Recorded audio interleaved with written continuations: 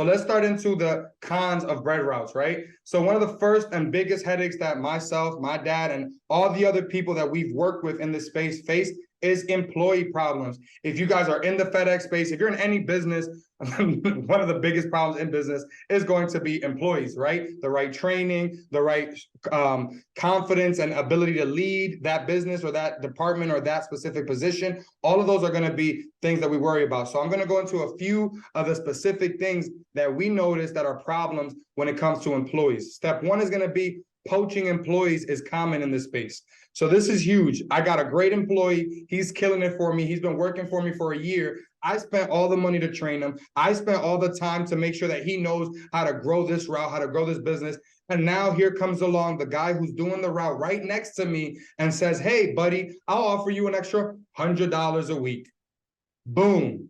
I just lost my employee, the one that I just trained for a year, the one that just got to the point of being left alone and being able to run this route. Now I got to go and find a new guy. Now I got to go and figure out what I'm going to do next. And now I'm wasting money and I'm losing that opportunity. So poaching employees is huge. So how do we combat those things? You got to treat those employees good. You got to give them bonuses. You got to give them incentives, vacations, all of these different things to make it worth it for them to work for you and not these other guys. The way we like to do that is we actually try to plan out how are we going to work together, not only today, not only you as a worker, but how can we get you into owning your own truck, owning your own route? We like to build that vision for them so they can see themselves becoming a partner with us in the long haul. So that's step one right there with the employee problem. Step two is going to be scheduling vacation time is challenging. So when you're running these routes and these businesses, if these drivers are doing this every single time for you, now they've gotten into a rhythm and it's very difficult to break that rhythm up. If a vacation comes a week, they have to take off, 2 weeks, they have to take off.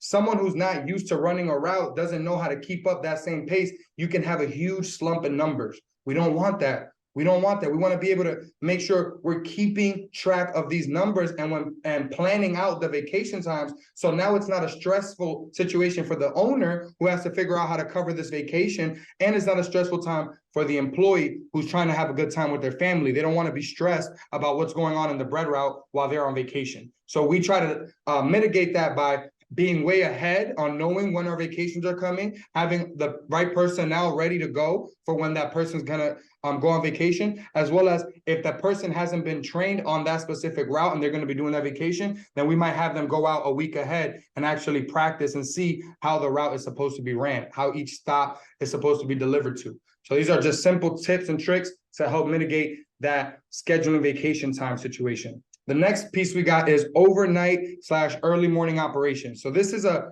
2 a.m. in the morning to 2 p.m. in the afternoon working hours of operations as far as we work. So obviously, everyone is not meant for the graveyard shift. Obviously, everyone doesn't want to wake up at 2 o'clock in the morning, 1 o'clock in the morning, have to drive places, lift heavy things, be in hot weather, be in rainy weather, be in all these things are situations just like in the FedEx space that we face.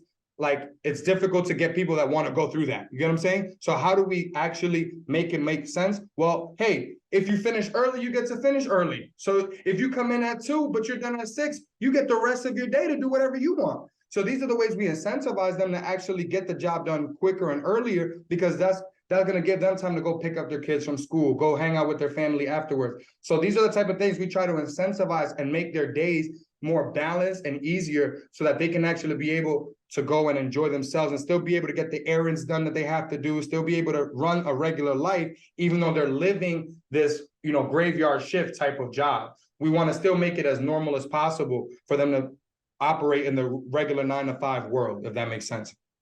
So that's for that piece. Next part is cash stops.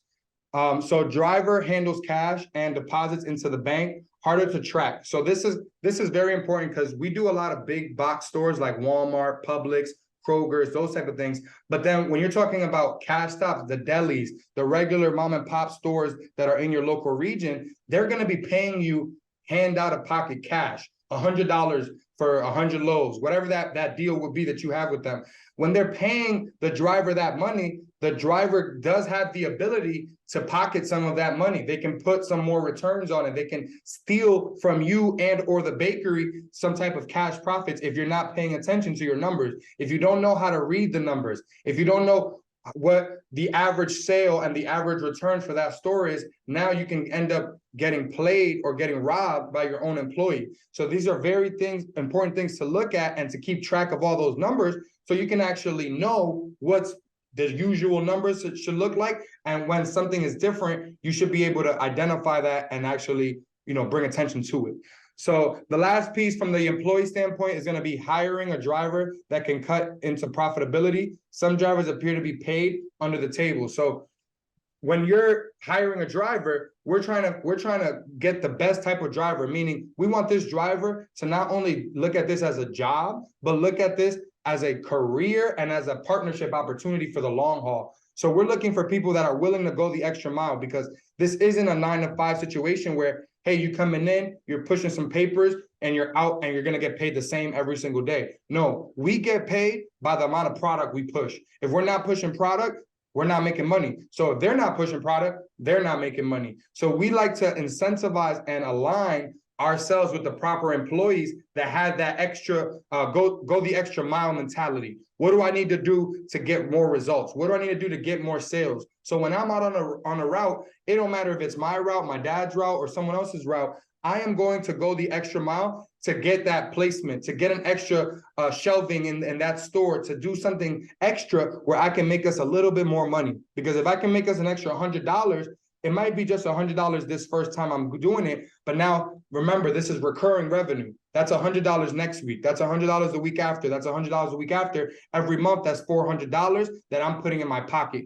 So the drivers that are able to push those small numbers up are the ones that you really want to keep, because they're going to help you raise the profitability of the business. Okay. So that's something that we're always looking for in drivers is, are they willing to go the extra mile? If we told them, hey, your day is from 2 a.m. to 2 p.m., but they have this one last store that they got to do at 2 p.m. and they decide to not do that store because they want to go home, that might not be the best driver to run that route, because they're not ready to be committed for what it takes. There's a difference between, hey, I'm willing to do the job and I'm willing to do what it takes to get the job done right. We're always looking for that employee that's willing to do what it takes to get the job done right. So that's going to be the first level of cons, bread route, employee problems. Annalie, do you want me to stop there? You want to talk a little bit before I keep going? Because a lot. So that's great. Yeah, that was great. I mean, and the thing that I just want to iterate with that is, as we've been looking at this space, right? Anybody that's on this webinar coming from the FedEx space knows most of this stuff is not new for us, right? So these are things that I want you guys to see the similarity in the spaces, to see how applicable the skills and the knowledge and the war stories you've acquired in the FedEx space, do apply to the bread space. But that's really it on the employee problems piece, Chris. Okay, perfect. So let's go into the next con right here, which is going to be bakery challenges. So you're going to be working with these big bakeries, Bimbo Bakery, Martin's, Pepperidge Farm. All of these they used to be family-owned bakeries, and now they've been bought out by these big mega corporations. And you're dealing with behemoths of corporations, which we're the little guys, we're the independents. So it's not like we're going to get their attention very easily. Let's just say it that way. So you have to deal with guys. So I know you guys deal with some similar stuff like that within the FedEx space. So some of the things like dealing with the bread companies like Bimbo, you can buy back a bread line if it becomes a high demand item. So meaning if I'm selling a product, let's say, for example, Takis, right? Takis is one of the items that we sell under the Bimbo route brands. If I'm selling this product and Bimbo, the corporate company, the bakery, decides that Takis has enough volume to do its own route, they might buy that back from me. So that's kind of a downfall and a con for us, because that could have been a very big revenue driver for our route. That could have been a huge opportunity as far as growth for our route. So it kind of hinders our growth opportunity sometimes if they're taking away some of these big players. But the good news is they don't do this often. They do it for standalone brands that they're actually planning to make nationally known and globally aware. So it's a good and a bad, because the good news is they're going to blow that brand up even bigger. They're going to make more money opportunities for everyone in the space. So we'll still probably be able to make some cash flows from that down the line. But on a short-term level, we're losing that immediate cash flow, and that's where it could hurt us a little bit on the pocket side, right? And then next is also no parking at the depots. So for example, in the FedEx space, you guys can park at the terminals. You guys can leave your vehicles there. Because we're independent contractors, they're expecting us to find our own parking facilities, our own situations. So we can't really bring our stuff there. Now, some depots, if you have a relationship, you have multiple routes, things like that, then you might be able to work something out.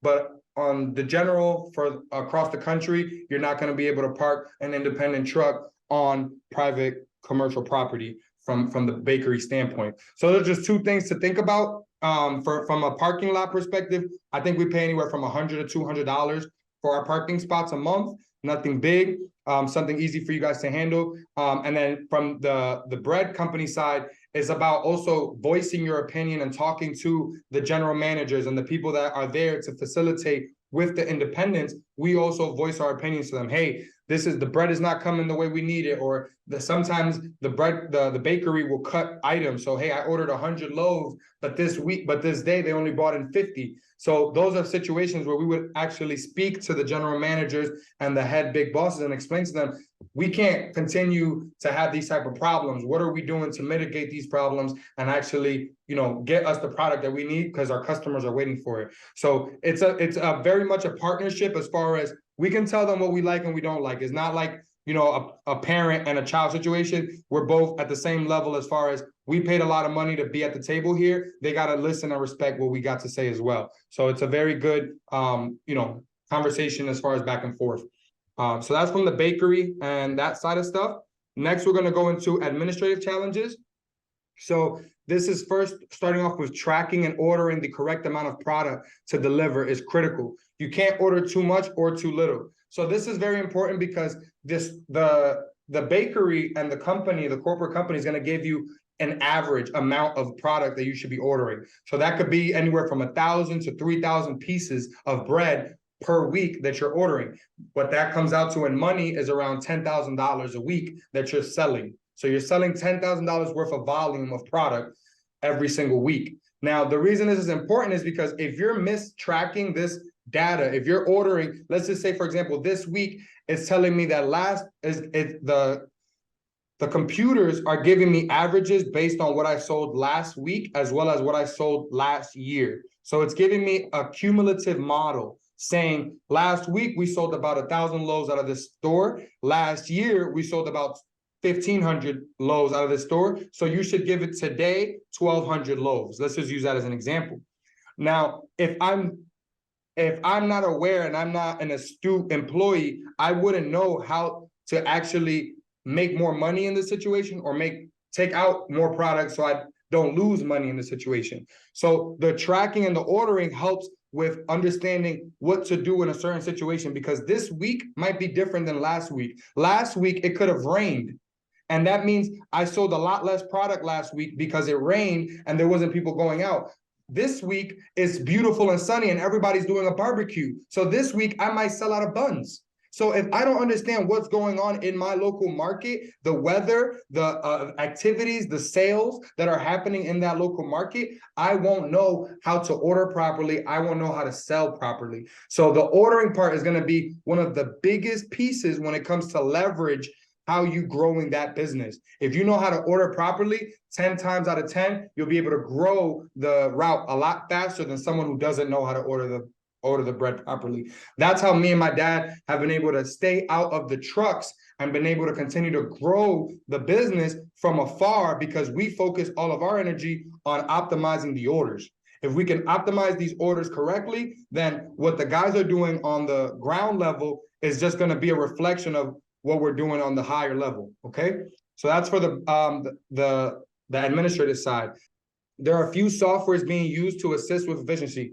So this is an old school market, guys. I want you guys to be prepared. This is if the light goes out, the electric goes out, don't worry. We don't have too much technology. You're still gonna be able to do your job.